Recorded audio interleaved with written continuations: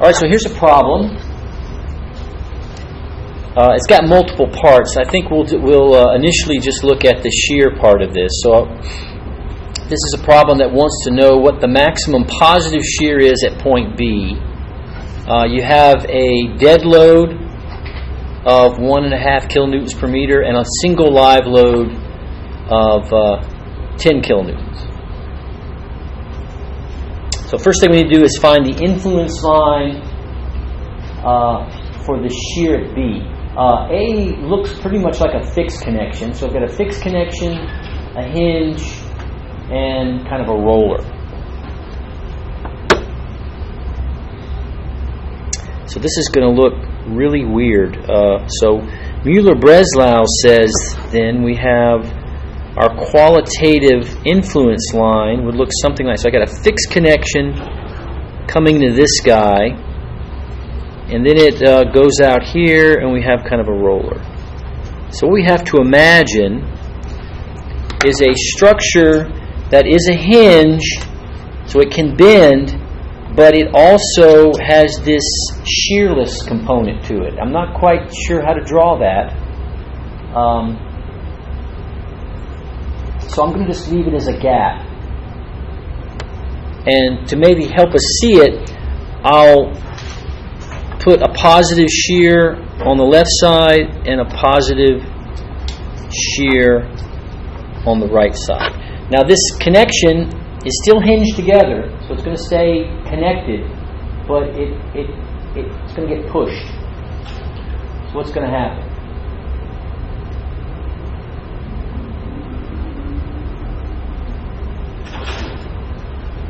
Is the left side going to be able to move at all? No. So what's going to happen to the right side when you apply this shear? It looks like it's just going to go straight up. Right? So it looks like, and it's going to stay connected at C, it looks like it's going to do something like that. Oh, I went too far. You guys see that? Why wouldn't the left side? Well, it can't. If you push it down, how will that linkage move? It's fixed over here. It can't go up and down this way, and it can't rotate, so it just kind of sits there.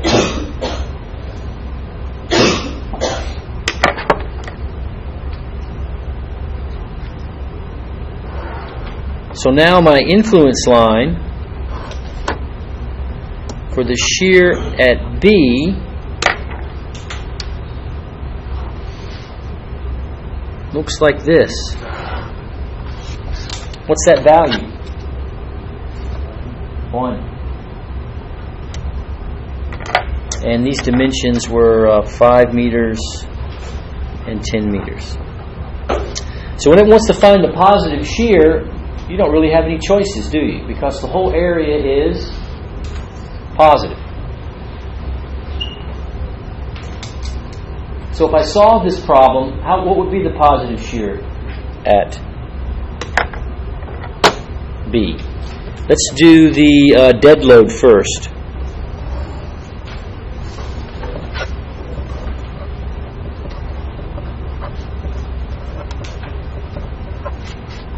So it's going to be the intensity of the load times the area of the curve. So the intensity of our load is 1.5 kilonewtons per meter. The area under our curve is a triangle. Triangles have the area of 1/2 the base, 10 meters, times the height, 1. And you look at all your units, you'll see you'll just end up with units of kilonewton, which is good for shear.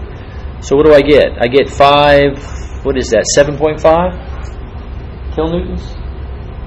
Is that right?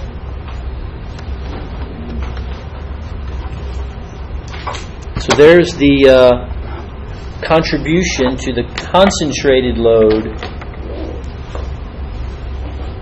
to the shear at B. Now what about a single live load of 10 kilonewtons? Where does it go? So where's the maximum ordinate of my curve? It occurs right here at 5 meters, and it has a value of 1. So my live load has a value of 10 kilonewtons, and I multiply it times this value, which is 1, all I get is 10. That wasn't too bad. So what's the total, the shear at B positive, that's max, is, you sum them together, you get 17.5 kilonewtons.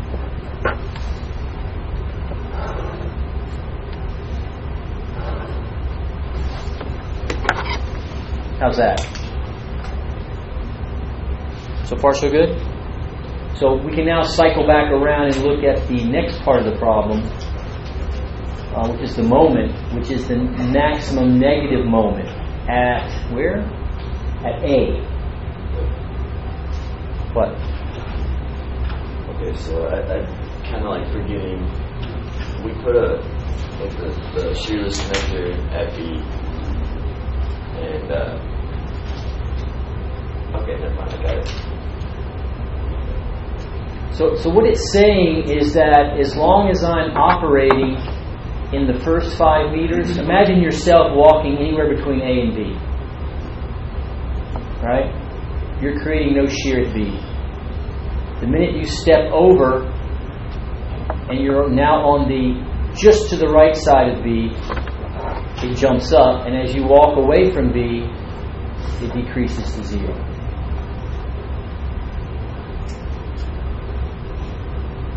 And the easiest way to think about that, if you don't like the Mueller-Breslau, is let me show you just like a free body diagram. What if I cover this part of it up, and I gave you this beam with a reaction at B and a reaction at C. The reaction at B is basically the shear. If there's no load on BC, what's the reactions? 0. And that's what this says. There's no load on BC, reaction is 0. What if I now put my load right there at B? What's the reaction at B? It's equal to that total value, 1. And as I move away from B, how does the reaction at B vary? Decreases to 0. So even if you're not loving my explanation of this shearless connector, you can kind of figure it out anyway if you just want to look at it. So what if it wasn't a pin at B? It would be different, because what would happen is we couldn't solve the problem because it'd be indeterminate. Okay. That's my short answer. So you couldn't put a... Now, if this connector at A was a pin, which allowed BC or BA to rotate up and down, then it would have a different shape. We have to be careful too, because if this were a pin, and a pin, it would be unstable.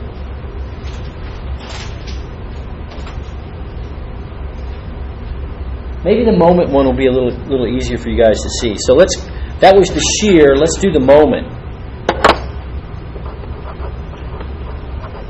which will take us a little bit longer to do. I guess I should have written here shear.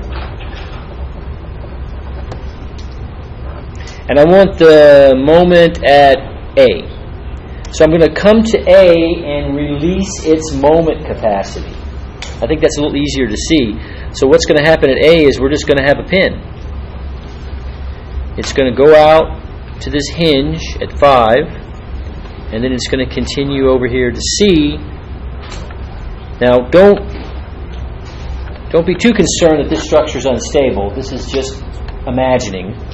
And I'm also going to do what? I'm going to apply positive moment. Now when I do that, how does this structure deform? Does this section rotate clockwise or counterclockwise? It has to go clockwise. So as it moves down, then it can rotate through the hinge and come up and still stay connected at C. So that means now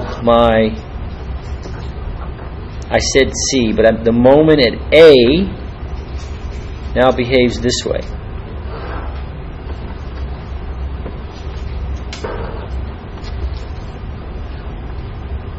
So all I have to do is find this value. And what is that value?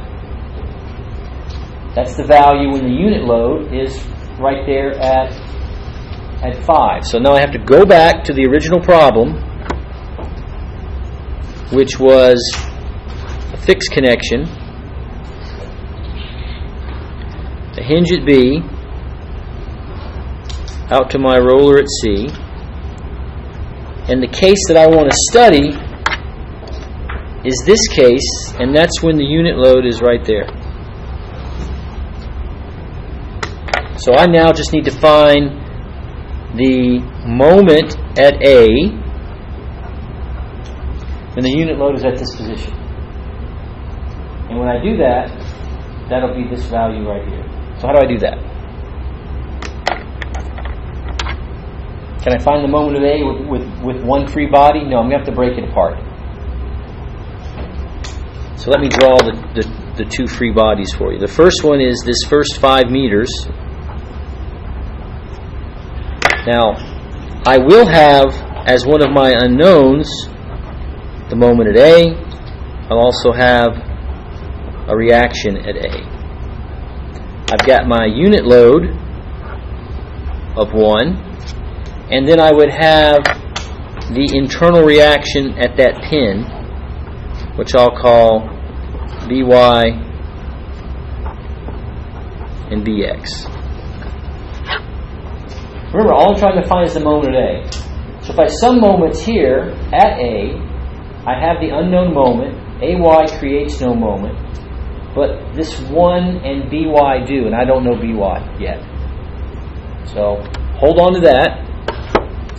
Let's look at the right side of the structure. Remember, at the pin it's equal and opposite. So there's Bx, there's By. Now since I've got the unit load on this free body, it's not on this one. It's either going to be one or the other, right? I decide I'm going to put it here. That's fine. Then I get all the way out here to C.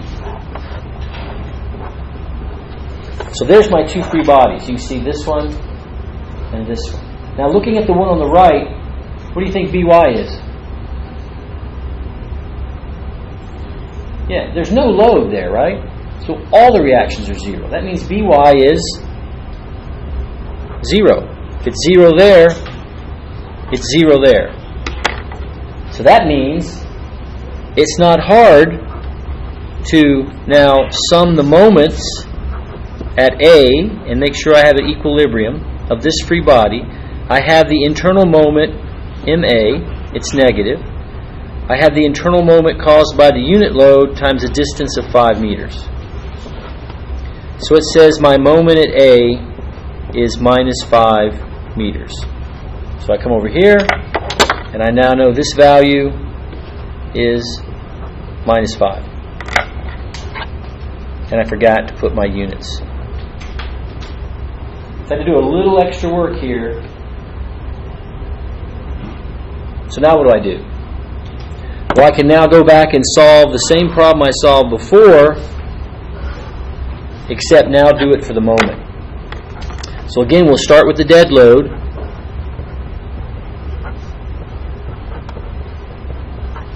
It's 1.5 kilonewton per meter. And what's the area under this? First of all, it's all negative area, so when it says find the maximum negative moment, there's really not much to choose. There is no positive moment contribution.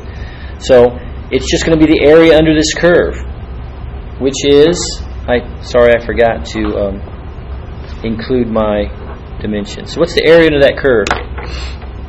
It's still a rectangle, it's still a triangle, so it's 1/2 base times height, which is 15 meters, and the height is minus 5 meters. So you guys have to help me with that. I can't do that on top of my head. What's that equal to?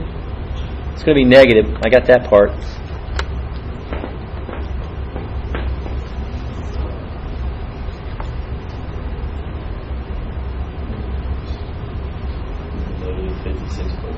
$56.25. That seems reasonable. So 56.25, and that'll be kilonewton meters. And then I'll do the live load contribution. This is the concentrated load that can move around. Where should it be located? Well, according to the graph, it should be here at this maximum value 5, which is at a distance of 5 meters. So again, we'll have a load of 10 kilonewtons times an ordinate of minus 5 meters. So that's another negative 50 kilonewton meters. And if I put all that together, I should get the maximum negative moment at C. I'm not C, A. What was that? Was there a question? Would it be negative 106.25? It would be.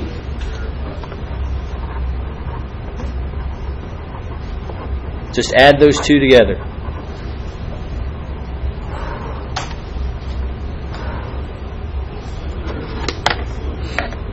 So if you were designing this connection now for this load combination, you would have to worry about a maximum moment. Oh, I lost my minus sign. Sorry about that. You'd have to worry about a maximum negative moment of about 106 kilonewton meters. If you were designing this connection at C, which has some shear issues, you would have to make sure that that connection handled 17.5 kilonewtons. So when you're determining how many bolts you need, the bolt pattern, the size of the bolt, you could use all those and your knowledge of how bolts shear or don't shear, because you don't want the connection to fail, and you could design that. So for example, in the fall or the spring, I guess it would be, when you take your next design classes, especially in steel, when you're looking at this kind of a connection, you would find the maximum value and be able to pick size bolted or welded connections. Any other questions? We'll work some more problems. Yeah. I'm kind of stuck on definitions. The difference between the difference between a single live load and a uniform live load. Right. So a uniform load is distributed. Right. A concentrated load just acts at a point. So remember, we develop our influence lines for a unit load that moves around. So we know that this value, in case say the moment value here of negative 5 meters, that's the value of the moment when our dimensionless unit load is at this position. So what if my real concentrated load was not 1 dimensionless, it was 10 kilonewtons? Well, I just take everything on this curve and multiply it by 10 kilonewtons, superposition. And that's exactly what we did. We took the 0.5 and multiplied it. Now the difference when you have a distributed load, and we talked about in class the other day, there's a derivation, but basically what it says is you want the area under the curve times the intensity of the load. So that's why in this case for the dead load, remember the dead load extends the entire beam. That means we want the total area under the influence line. And since our influence lines tend to be triangles, you're going to do a lot of triangular areas calculations. So 1/2 base times height. Now in the previous problem we had a live uniform load. So you can put it wherever you want. Now where would I put a live uniform load on this problem for moment to increase the negative moment? Would I go just the first 5 meters? How about the last 10? No, you go the whole length. You want to engage this entire curve. What about up here for shear? Where would I put my live uniform load? Would I put it over the first 5 meters? I could, but it makes no difference, right? But if I put it over the next 10 meters, you can see the area of the curve is positive. You get a positive contribution. So there's kind of 3 things at play here.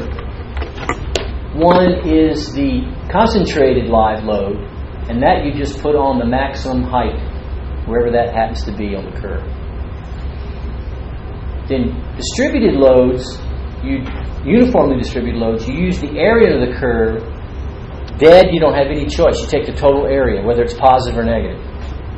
But on live, you can choose to start and stop it, start and stop it, start and stop it. So you choose to do that over the sections that make the biggest contribution.